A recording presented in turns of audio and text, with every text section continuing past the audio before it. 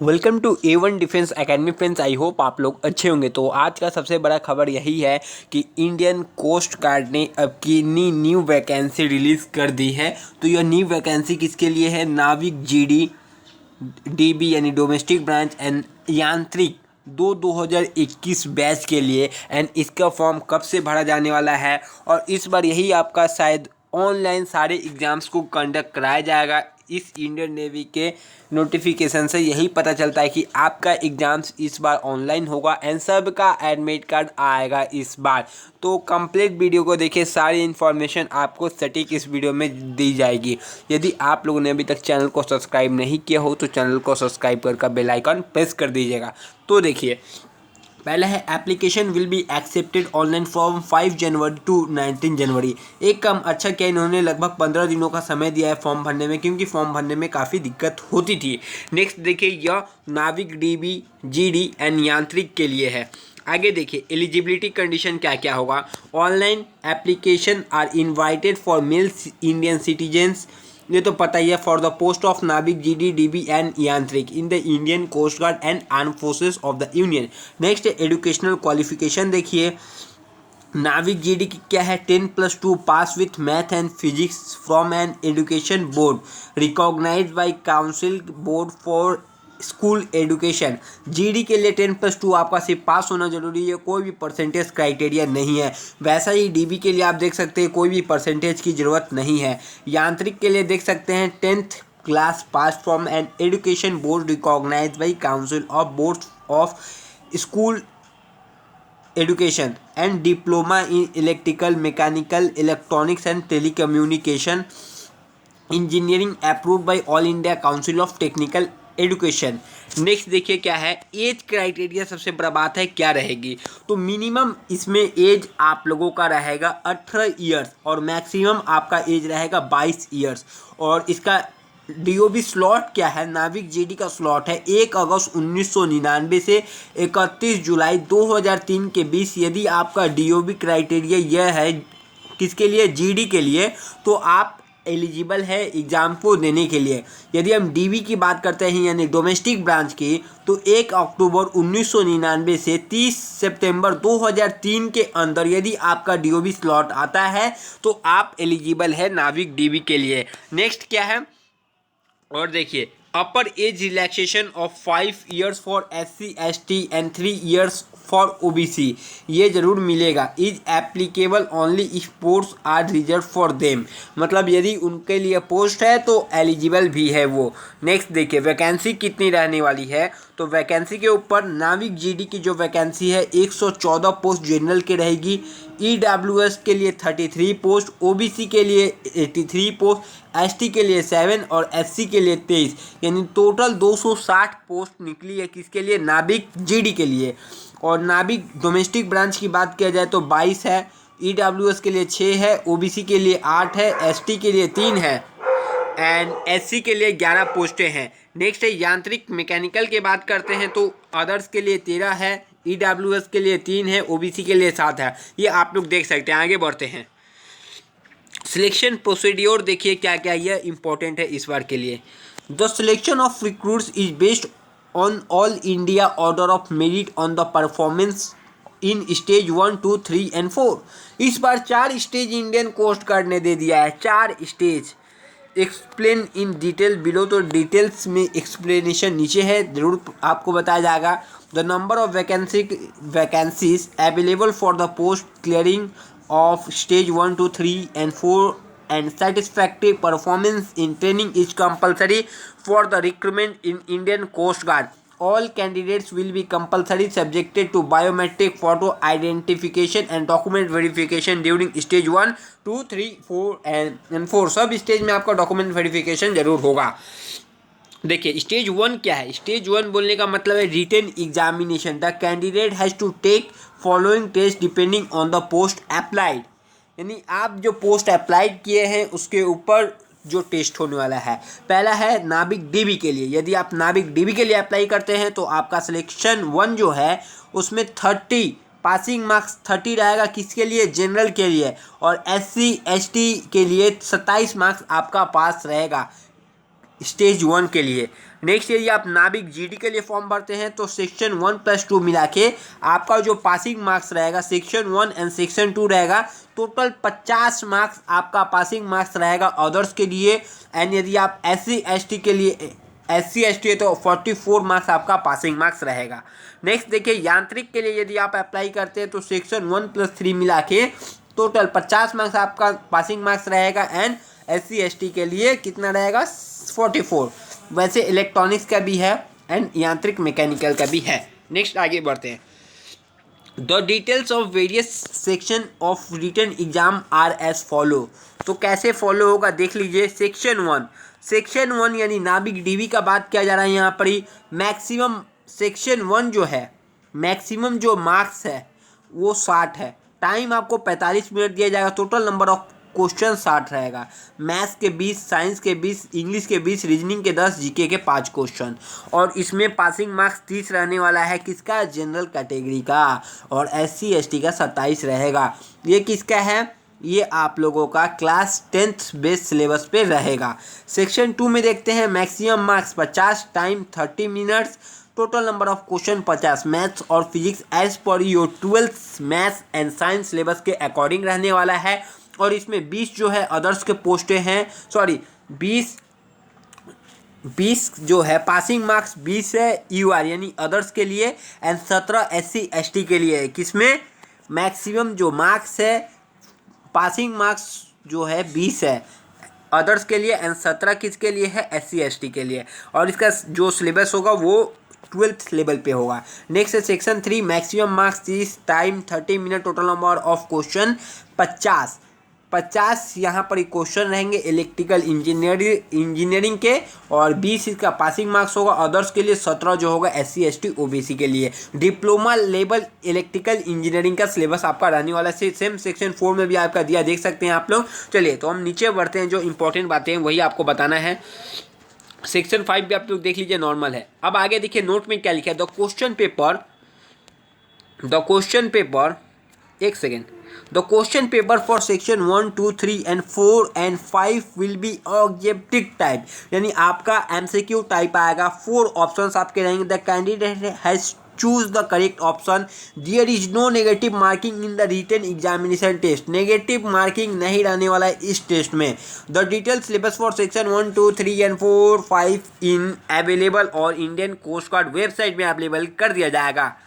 Next देखिए the breaking rule in merit. Tie breaking rule, यदि दोनों का अंक बराबर होता है तो क्या होगा, दो कैंडिडेट्स का। इन केस ऑफ 2 और more candidates having the same marks in stage 1 then the tie will be broken in step 1 as follow. Where tie is broken next stage will be not be proceed. Candidate scoring more marks in section 1 applicable only for नाविक GD and यांत्रिक and not for Navik DB। यदि आपका section 1 में max ज़्यादा marks रहता है तो आप applicable only for Navik GD and Yantrik के लिए है, नॉट फॉर DB के लिए। Candidate scoring more aggregate percentage in qualifying exam 10th class for Navik DB, 12th class for Navik GD and diploma as per post applied. Candidate older in age will be higher in merit, ये याद रखिएगा। Stage 2 क्या है, stage 2 बहुत important है। Based on the performance in the computer based online examination, तो आपका computer based online examination होगा। अ merit list will be prepared and e admit card for stage 2। पहला जो ई एडमिट कार्ड आएगा आपके लिए स्टेज 2 के लिए will be issued as per the vacancy applicable for the ratio decided by ICJ। मतलब उतने ही कैंडिडेट्स के लिए अप्लाई किया जाएगा। जैसे पोस्ट है 200 तो जैसे एडमिट कार्ड जो आएगा वो कम से कम 800 कैंडिडेट्स या 1000 कैंडिडेट्स ही क्वालिफाई करेंगे रिटन एग्जामिनेशन। इस तरीके से इस बार होने वाला है। नेक्स्ट देखिए if the candidate is short listed for phase 2, stage 2 के लिए यदि शॉर्ट लिस्टेड होगा then he will be required to upload additional document as mention and para 6 से। मतलब जो आपका एडिशनल डॉक्यूमेंट्स रहेगा उसको आपको ऐड करना होगा। वो मैं आपको जरूर बाद में बताऊंगा अच्छे से डॉक्यूमेंट्स के बारे में। E admit card for stage 2 will not be generated till the additional documents are uploaded by the candidate within a time period as mentioned in the। मतलब आपको एडिशनल जो डॉक्यूमेंट्स है जब तक आप लोग वो ऐड नहीं कीजिएगा तब तक स्टेज 2 का आपका एडमिट कार्ड डाउनलोड नहीं होगा। देखिए बहुत ज़्यादा रूल्स बनाए हैं इस बार कोस्ट गार्ड ने। The duration of stage 2 will be form 1 to 2 days, मतलब 1 से 2 दिन में स्टेज 2 आपका कंप्लीट कराया जाएगा। नेक्स्ट है फिजिकल फिटनेस टेस्ट, तो आपको इसके बारे में पता होगा। आपको ये सब कंडक्ट आपको लेके जाना होगा, सूट टी शर्ट ट्राउजर ये सब आपको लेके जाना। 1.6 किलोमीटर रनिंग होगी, 7 मिनट्स में 20 स्क्वाट्स होंगे, उठक बैठक जिसको बोला जाता है 10 पुशअप होंगे। All 3 test of PFT are to be carried in the continuity without any break, मतलब आपको कोई भी ब्रेक नहीं दिया जाएगा, इसके बीच में आपको कंटिन्यू करना होगा। Any break in the 3 test will lead to failing the PFT, यदि आप कोई भी ब्रेक लेते हैं इनके बीच में तो आप फेल हो जाइएगा। नेक्स्ट डॉक्यूमेंट वेरिफिकेशन, पास या फेल, तो डॉक्यूमेंट वेरिफिकेशन के लिए भी कुछ है। The date of issue of all document has to be closing date of application or any prior to be closing date. The validity of all uploaded document has to be at least 31 October 2021. In case of any mismatch of information provided in the application form, document uploaded at online application stage 1 and 2 and original documents produced and physical verification at stage 2, then the candidature will be cancelled. तो याद रखिए documents के मामले में coast guard एकदम सतर्क रहता है। यदि आप कोई भी गलती कर दे तो कोस्ट गार्ड आपको वहीं पर ही रिजेक्ट कर देगा। नेक्स्ट देखिए reassessment of inconsistent performance, pass या fail.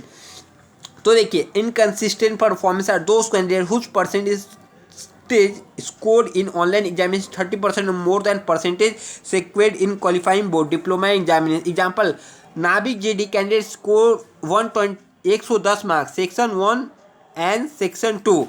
They are securing 100% marks in written examination if the aggregate percentage of the candidates in class 12 is 70 or less than 70, then the candidate inconsistent performance. There will be additional written examination for inconsistent performance. तो additional written examination भी लिया जा सकता है inconsistent performance के लिए।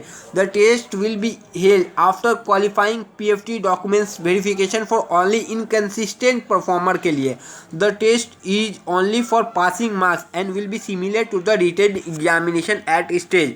The marks scored in this retest will have no bearing on the final merit, as merit will be decided only on the written examination of stage 1. यदि आपका 70% से मार्क्स कम है एंड यदि आप रिटर्न में full marks gain कर लेते हैं तो आपका फिर से रीटेस्ट लिया जाएगा। ये इस बार नया रूल है और उसमें आपको पास होना मैंडेटरी है। नेक्स्ट है इनिशियल मेडिकल एग्जामिनेशन, तो इनिशियल मेडिकल एग्जामिनेशन आपका जैसे नॉर्मल होता था वैसे होगा। देन स्टेज 3 क्या है, stage based on the performance in stage 1 and 2 and all India merit list will be prepared and e admit card for stage 3। Final merit के लिए आपका ई एडमिट कार्ड जारी किया जाएगा, will be issued as per the vacancy available and the ratio decided by Coast Guard. तो मतलब जो भी रेशियो के हिसाब से कोस्ट गार्ड आपका एडमिट कार्ड भेजेगा 1 to 2 days में। डॉक्यूमेंट वेरिफिकेशन फिर होगा, वहाँ पर जो डॉक्यूमेंट्स नॉर्मल होता है वो डॉक्यूमेंट्स आपका वेरिफिकेशन होगा। जैसे उसमें पास या फेल, जो डॉक्यूमेंट्स आप गड़बड़ रखिएगा तो फेल भी हो सकते हैं। फाइनल मेडिकल आपका INS चिल्का में होगा, ये सब आपको पता है। पुलिस वेरिफिकेशन जो नॉर्मल होता है वो होगा ही। स्टेज 4 क्या है, the candidates are submit all original documents and verifying all original documents through boards university state government will be carried out by Indian coast Guard. Candidate will be terminated from service if the documents are reported are not genuinely respective university and government। कुछ भी गड़बड़ हो तो आपको terminate कर दिया जाएगा।